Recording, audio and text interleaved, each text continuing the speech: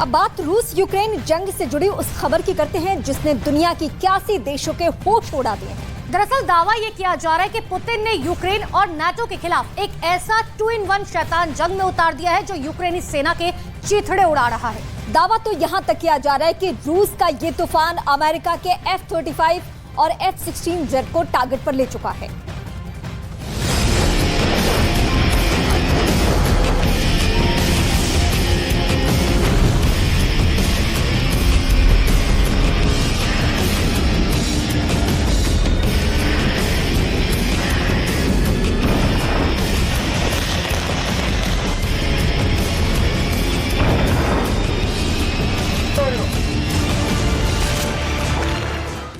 असली जंग तो अब शुरू हुई है।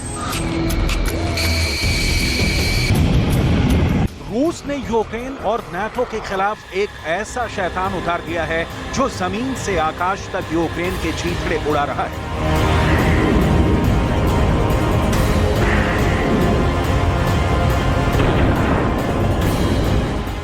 आखिर रूस के Su-34 लड़ाकू विमान में ऐसा क्या है जिसे देखकर यूक्रेन और नाटो की वायुसेना खौफ में आ गई है।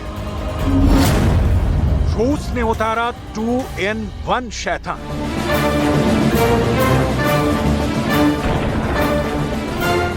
पंद्रह महीने की जंग में ऐसा पहली बार हुआ है कि रूस के लड़ाकू विमान 40,000 फीट से बम बरसा रहे हैं, जबकि 400 फीट से गोलियां बरसा रही हैं। आखिर पुतिन ने इस लड़ाकू विमान को 15 महीने के बाद अब जंग में क्यों उतारा है? 40,000 फीट से बम मारा, 400 फीट से गोलियां बरसाई।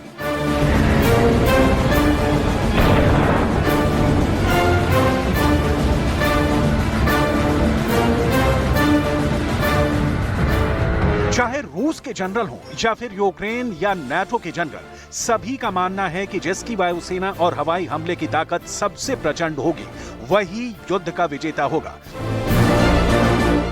पिछले 21 दिनों से रूस पूर्वी, दक्षिणी और उत्तरी यूक्रेन पर भीषण हमले कर रहा है।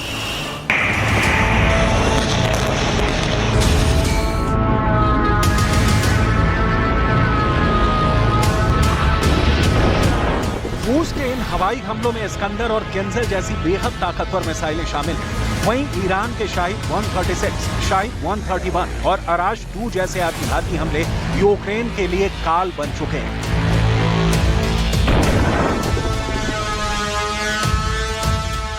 यहां तक कि रूस की रॉकेट आर्मी ने पूर्वी यूक्रेन को मौत का किला बता दिया है। लेकिन इतने प्रचंड हमलों के बावजूद यूक्रेन नाटो के दम पर जंग में टिका हुआ है। इसलिए अब पुतिन ने अपने जनरलों के साथ मिलकर रूस का एक ऐसा लड़ाकू विमान जंग में उतार दिया है जो यूक्रेन की राजधानी कीव समेत 8 शहरों पर भयानक गोलाबारी कर रहा है। रूस का Su-34 एक ऐसा लड़ाकू विमान है जिसे 2-in-1 शैतान कहा जाता है। रूस का Su-34 एक ऐसा फाइटर है जिसके अंदर फाइटर जेट और बम वर्षक विमान दोनों की जबरदस्त खूबियां हैं।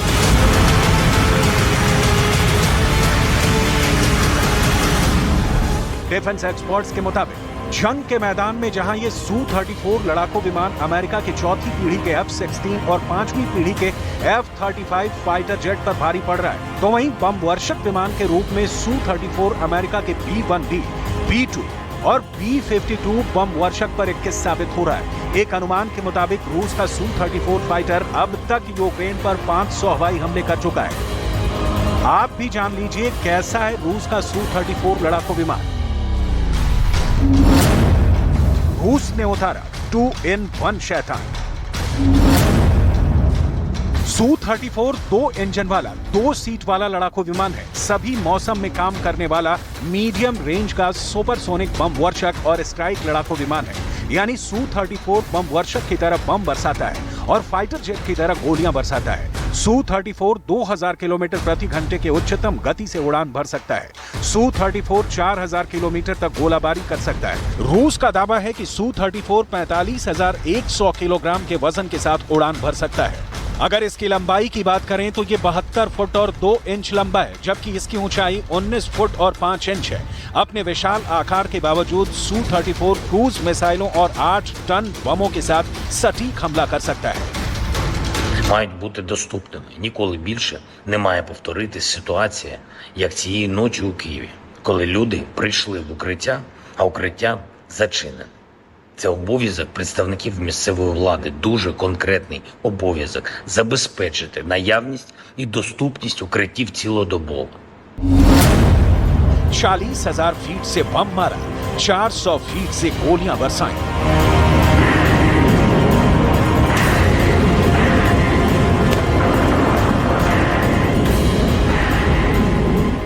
अब सवाल उठता है कि आखिर 15 महीने की भीषण जंग के बाद रूस ने Su-34 लड़ाकू विमान को जंग में क्यों उतारा है?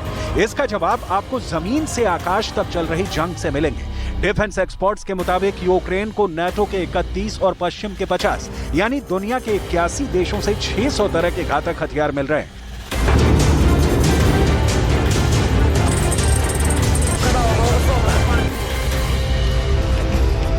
लगभग 12 लाख करोड़ से ज्यादा के हथियार यूक्रेन को मिल चुके हैं, जिसमें जर्मनी, फ्रांस, अमेरिका और ब्रिटेन की तरफ से बेहद एडवांस और घातक टैंक मिले हैं। जबकि एयर डिफेंस के तौर पर यूक्रेन को जर्मनी, अमेरिका, फ्रांस और ब्रिटेन की तरफ से बेहद आक्रामक एयर डिफेंस सिस्टम मिल चुके हैं, जो इस वक्त राजधानी कीव में बाज की तरह रूस के हवाई हमलों पर हमला कर रहे हैं। अमेरिका का पैट्रियट मिसाइल सिस्टम के अलावा 2 तरह के और एडवांस सिस्टम यूक्रेन में फुल एक्टिव है, जिसकी वजह से रूस के ड्रोन अटैक और मिसाइल अटैक ज्यादा सफल नहीं हो रहे। कुछ रिपोर्ट के मुताबिक 9 मई से अब तक पूर्वी और दक्षिणी यूक्रेन में रूस के 3000 से ज्यादा ड्रोन यूक्रेन ने तबाह कर डाले हैं, जबकि रूस की 1500 से ज्यादा मिसाइलें यूक्रेन के एयर डिफेंस ने तबाह कर डाली हैं।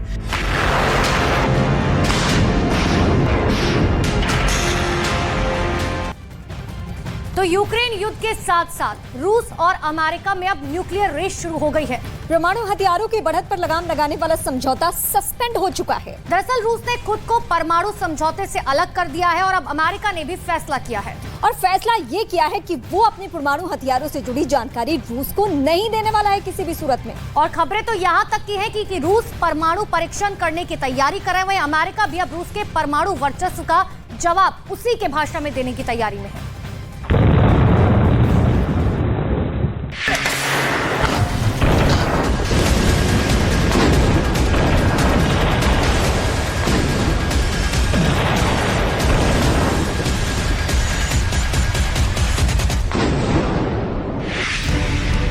रूस और अमेरिका में ठनी अब दुनिया में बढ़ेगी परमाणु गर्मी।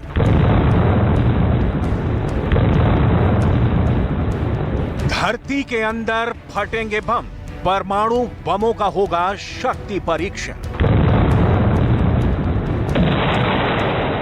रूस बनाएगा नया परमाणु बम। अमेरिका भी नहीं रहेगा रूस से कम। अमेरिका और रूस के बीच एक बार फिर परमाणु हथियारों की होड़ शुरू हो गई है। अमेरिका ने ऐसा फैसला किया है जिसके बाद पेंटागन का न्यूक्लियर प्रोजेक्ट आगे बढ़ जाएगा। अमेरिका ने ऐसा क्या फैसला किया है जिसके बाद न्यूक्लियर फाइट की सर्च लाइट और तेज हो गई है?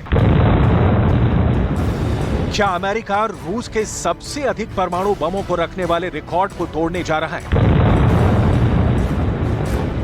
क्या अमेरिका रूस के जार बम से भी बड़ा और अधिक शक्तिशाली परमाणु बम बनाने जा रहा है? अमेरिका से आई नई खबर ने इन आशंकाओं को और बढ़ा दिया है। आखिर अमेरिका ने ऐसा क्या फैसला किया है? सवाल है, क्या रूस और यूक्रेन की जंग परमाणु हमले का गवाह बनेगी? क्या एटम बम फोड़ने के पहले व्लादिमीर पुतिन परमाणु परीक्षण करेंगे? क्या रूस के जवाब में अमेरिका के प्रेसिडेंट जो बाइडेन भी परमाणु टेस्ट का ऑर्डर देंगे? इन 3 सवालों के जवाब से भी बड़ी खबर यह है कि रूस और अमेरिका की न्यू स्टार्ट संधि सस्पेंड होने के बाद दुनिया के करीब 90% परमाणु बम रखने वाले इन दोनों देशों में एटमी रेस यानी परमाणु होड़ शुरू होने वाली है।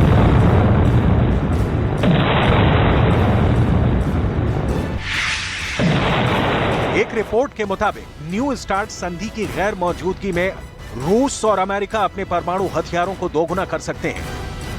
परमाणु बमों की लिमिट तय करने वाले करार को स्थगित कर व्लादिमीर पुतिन ने अपने इरादे पहले ही जता दिए हैं। Хочу сердечно поздравить с праздником военнослужащих, добровольцев, мобилизованных граждан, специалистов разных профессий, которые участвуют в специальной военной операции. Сейчас наши бойцы героически сражаются с неонацизмом, пустившим корни на Украине. अमेरिका के साथ परमाणु समझौते को पुतिन ने ताक पर रख दिया है। उसकी शर्तों को पहले से ही दरकिनार कर दिया है, लेकिन अब अमेरिका ने भी फैसला किया है कि वो अपने किसी भी परमाणु हथियारों से जुड़ी जानकारी को रूस के साथ साझा नहीं करेगा। अमेरिका का कहना है कि वो रूस के साथ कुछ न्यू स्टार्ट डेटा साझा करना बंद करेगा। अब अमेरिका रूस को अपने मिसाइल और लॉन्चरों की लोकेशन की जानकारी नहीं देगा, परमाणु ठिकानों की जगह हुए बदलाव को नहीं बताएगा, पनडुब्बी से लॉन्च होने वाली बैलिस्टिक मिसाइलों की लॉन्चिंग नहीं बताएगा। बड़ा सवाल है, इस फैसले के पीछे अमेरिका की क्या मंशा है? क्या अमेरिका अपने परमाणु ठिकानों की लोकेशन बदलने जा रहा है? क्या अमेरिका अपने परमाणु हथियारों की तैनाती में परिवर्तन करने जा रहा है? कुछ दिनों पहले ही अमेरिका ने न्यू स्टार्ट समझौते के तहत अपने परमाणु हथियारों की जानकारी सार्वजनिक की थी। अमेरिका के स्टेट डिपार्टमेंट ने बताया कि अमेरिका के पास फिलहाल 1419 हमले के लिए तैयार परमाणु हथियार हैं, 662 इंटरकॉन्टिनेंटल सबमरीन बैलिस्टिक मिसाइल और हैवी बॉम्बर हैं। वहीं रूस ने 2023 में अपने परमाणु हथियारों की संख्या नहीं बताई है। न्यू स्टार्ट समझौते के तहत दोनों देशों ने तय किया था कि वो अपने पास 1550 से ज्यादा परमाणु हथियार और 700 से ज्यादा स्ट्रेटेजिक लॉन्चर नहीं रखेंगे। लेकिन लगता है अब बात बहुत आगे बढ़ गई है। ये डरावना वीडियो रूस के परमाणु परीक्षण का है। खबर है कि कुछ इसी तरह से परमाणु हथियारों की दुनिया में रूस के राष्ट्रपति व्लादिमीर पुतिन नया धमाका कर सकते हैं।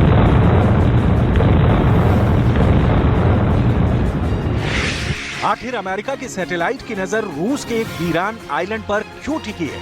अमेरिका का सैटेलाइट उस टापू के चप्पे चप्पे की तस्वीरें क्यों ले रहा है? उस आइलैंड के एक खास इलाके पर ही अमेरिका की पैनी नजर क्यों है?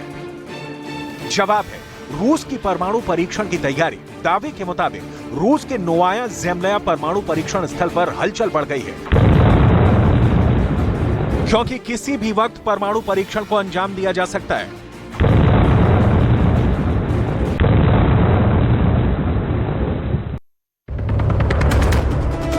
बालासोर रेल हादसे की जांच पूरी, इलेक्ट्रॉनिक इंटरलॉकिंग में बदलाव बना हादसे की वजह। रेल मंत्री बोले हादसे की वजह और जिम्मेदार का पता चला, जल्द आएगी जांच रिपोर्ट। बालासोर ट्रेन हादसे पर रेलवे बोर्ड की सदस्य ने कहा हादसे के वक्त लिमिट के अंदर थी दोनों ट्रेनों की स्पीड, तोड़फोड़ के एंगल से भी होनी है जांच। गृह मंत्रालय कर रहा है जांच में मदद।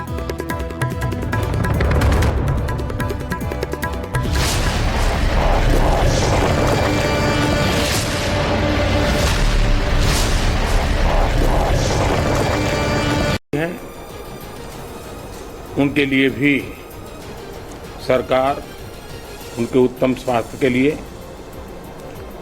कोई कोर कसर नहीं छोड़ेगी। प्रधानमंत्री ने कहा कि सरकार घायलों के इलाज की पूरी व्यवस्था करेगी। इस दौरान उन्होंने घायलों का इलाज कर रहे डॉक्टरों से भी बात की और जरूरी निर्देश दिए।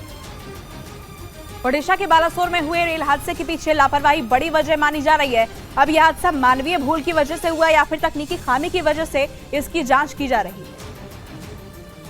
इसी बीच बालासोर पहुंचे प्रधानमंत्री ने सख्त संदेश दिया। उन्होंने कहा कि हादसे के दोषियों के खिलाफ सख्त से सख्त कार्रवाई की जाएगी, उन्हें बख्शा नहीं जाएगा।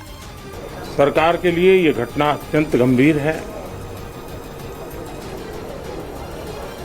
हर प्रकार की जांच के निर्देश दिए गए हैं और जो भी दोषी पाया जाएगा उसको सख्त से सख्त सजा हो, उसे बख्शा नहीं जाएगा।